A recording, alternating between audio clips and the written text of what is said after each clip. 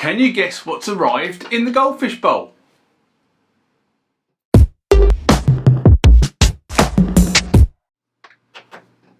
Okay, it looks like this is going to be the last rant of the year. Oh, sorry, before Christmas. It's not the last rant of the year. As such, it's 19th of December. It is still daylight, not by much, but it is still daylight, so I can classify it as Sunday, not Sun night. But I wanted to go through a few things that actually have turned up in the last week, one of which was quite unexpected. So I'll just go through them. The first thing that's turned up is a couple of these U-110 cards. And I'll come on to why I'm talking about these in a sec. The next thing that's turned up is this cartridge for the CS5 X5M. I'll get it right in a minute. This is the improved version of the X7 editor, and I'll come on to that in a sec. The next thing that's turned up, and this was really the surprise, is the RD-9 has arrived in the goldfish bowl. Now, it arrived on Thursday, and I have to be honest, that as of yet I haven't taken it out of the box. And the second thing, for all those who are going to shout at the video and say you're not playing with it, I'm going to warn you now, I'm not going to actually fire it up in this video. Okay, so you've been warned, I've said it, so don't shout at me in the comments that I haven't fired it up in the video. And the last thing that's turned up this week is this thing, okay, and I'm hoping that after having done a lot of research to save my pennies, this is going to solve a lot of the problems I've been having with sound over the last year, 18 months or so. Anyway, let's get into this. Remember, like, comment, subscribe to the channel. Go over to Instagram and follow me there. Go over to Facebook, follow me there. That's where the normal notices are. And consider becoming a Patreon.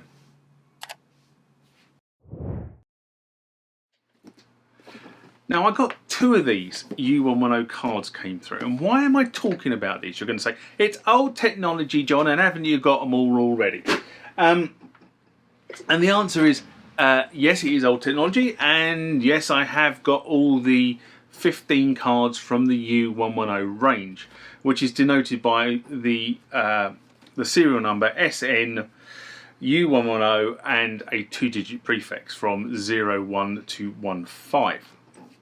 Okay, anyway, there's an interesting story behind these, and basically a few months back, well, quite a few months back, somebody who watches the channel contacted me and said, I found these U-110 cards, and would you like them? Would you like to buy them? And he asked me not to say his name on the channel, so I'm going to respect him on that, but thank you very much. So yes, I have all 15 cards. So initially when he contacted me and said, I've got some U-110 cards, do you want them? I was kind of like, you know, I've already got all 15 of them, so I'm not really interested in more of them. He said, but these are boxed. And I was thinking that they were boxed actually in the little black cardboard boxes that are normally no bigger than the card itself. So the box itself is about the same size as that, plus the instruction set that goes with it. Okay, so that's what I was expecting when he said they're boxed. And then he said, no, they're in the foam boxes. And I didn't know what the foam boxes are. And I'm going to be brutally honest with you and say I have never seen U-110 cards in foam boxes, in boxes like this. I've seen other Roland cards come in boxes like this, but never the U-110. So I suppose I should have thought that the U-110 did have a box like this, but I don't think these were sold in the UK in this format. And everything about this box, especially the back of it, which is, if I do that, you can see it's all written in Japanese, suggests that these actually were how they were sold in the Far East, because all the cards that I saw being sold in the UK were the little black boxes. So anyway, when he said it was in the foam box, I said, oh yeah, I'm interested, and we agreed a price, and lo and behold, they've arrived.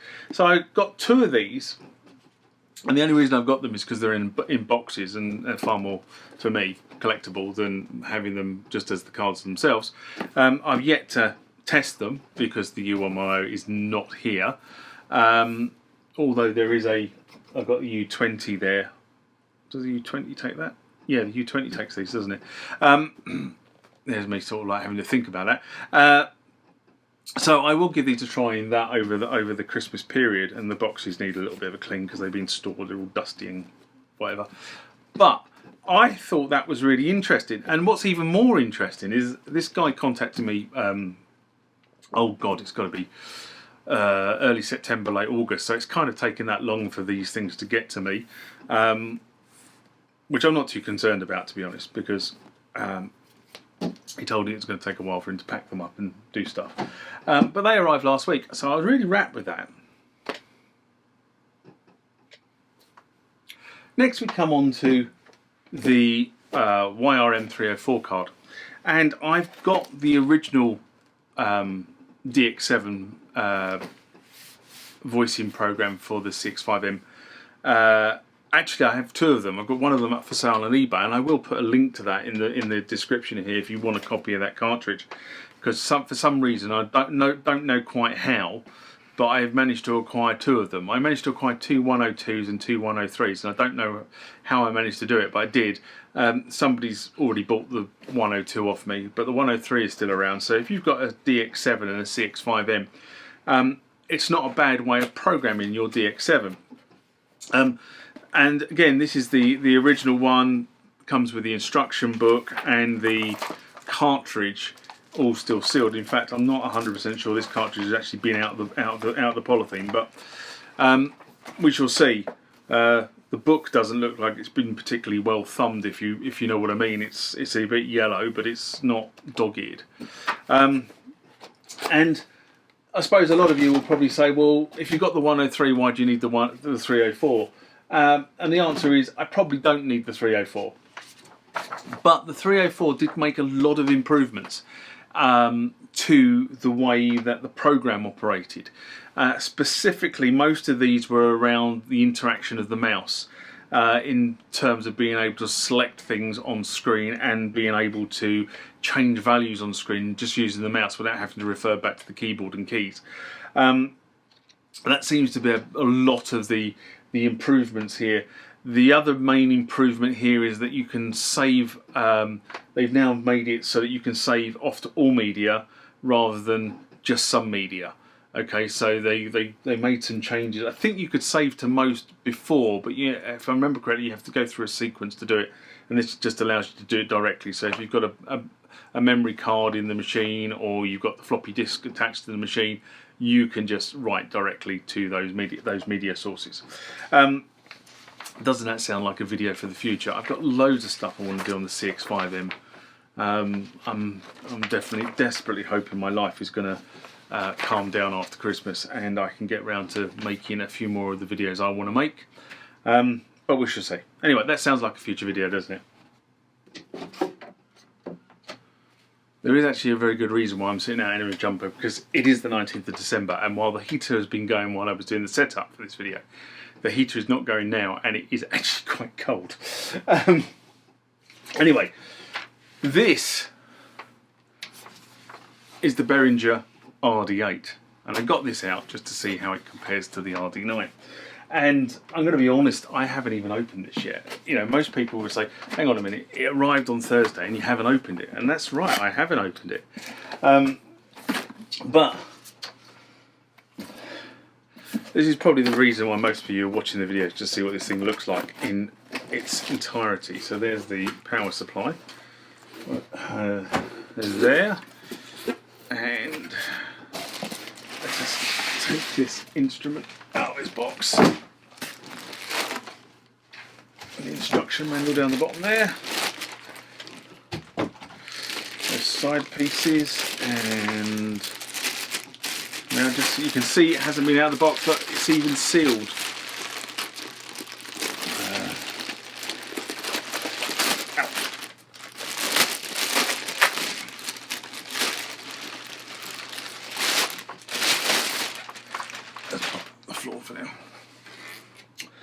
So that is the Behringer RD-9, and if we look at this and compare it with this, I'm not sure how I'm going to do this without dropping both of them.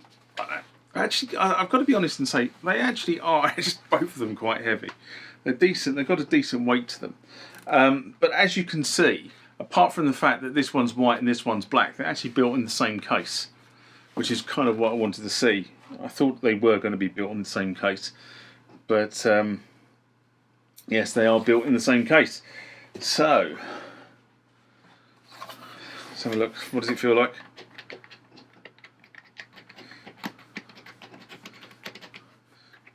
Yeah, the buttons are okay. Same sort of feel to these buttons. Well, I'm not going to do any more on this because, as I said, I'm not going to switch this on in this video. This is something that's going to happen over Christmas and the New Year. I will switch this on and incorporate it and see what we get, and do a bit more of a video on this. But I just wanted to take it out of the box just to prove that it has arrived, and we shall see what it does. Really interesting. It's got 3 trigger outputs on it. Right, RD-9.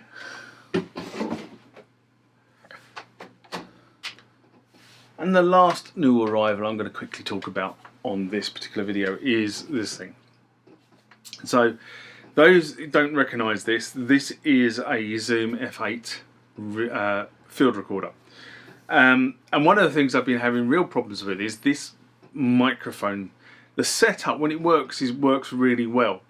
But the problem with the setup as it currently is when I play an instrument, the instrument tends to be boomy on this particular mic, and I've really been struggling with that. So I either have to turn it down over here, or I have to try and pipe it through the mixer into the camera. And either of which have been working particularly well. With the old camera setup, it was really easy. I could use the inputs on all the cameras and they didn't drift that much. But what I found with this camera setup is that if I use multiple cameras, and this particular camera is one make and another camera is another make, they drift, and therefore I had dreadful trouble trying to keep the voice in sync with the picture. And if you look back at some of the videos I've done where I've done multiple camera angles, you'll notice that my mouth is going before the sound actually turns up because I've left it running and it's gone out of sync. Anyway, hopefully this little device is gonna help me. So the first thing I have to say is to the channel Patreons, thank you very much, because it is your money that I have used to buy this unit. Okay, so thank you very much. Your continued support on Patreon has bought me another piece of the vital equipment that I'm using for the channel. As you know, you bought the lights that are there and there and there. They were a Patreon donation, and this is also a Patreon piece. So thank you very much.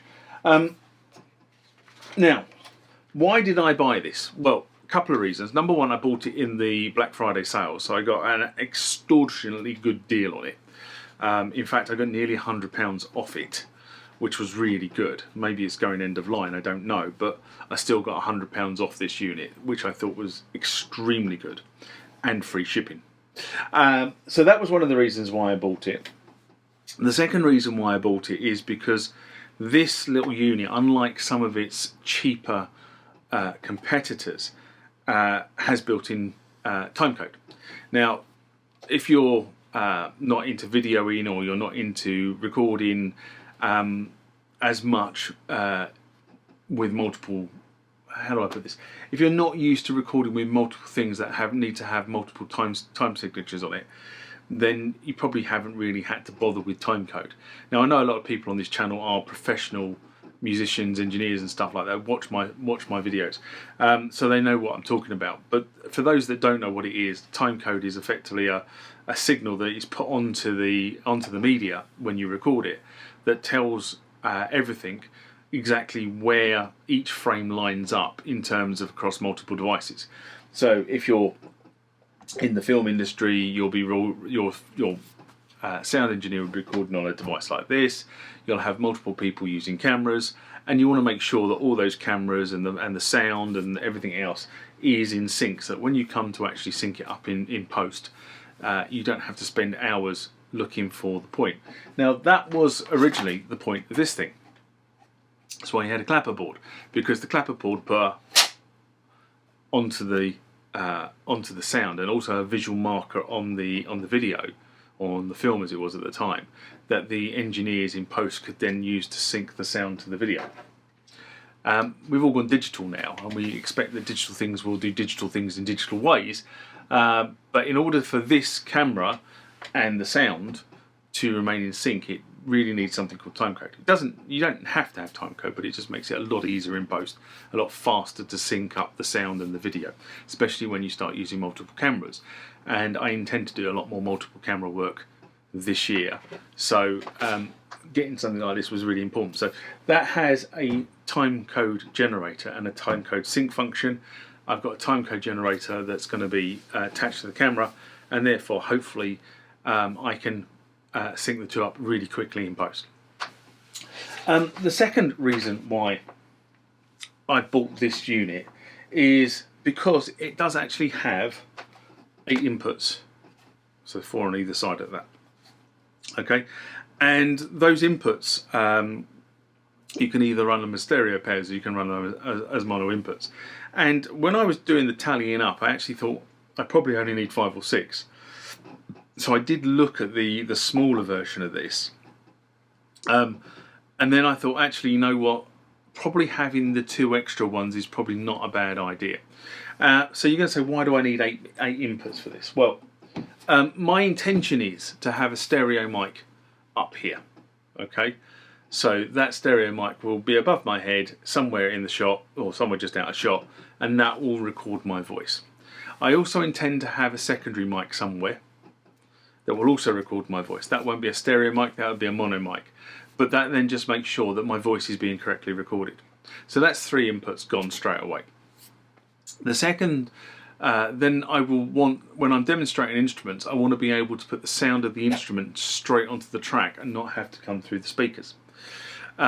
So that's another 2, and I thought, typically when I've been playing around with things like when I was doing the Juno 106 JU06A video a few months back, I'm not sure whether I've published that one yet, but when I was doing that particular video a few months back, it would have been nice to actually have those 2 instruments on 2 separate stereo channels, and then I could have basically played fading one in and fading one out.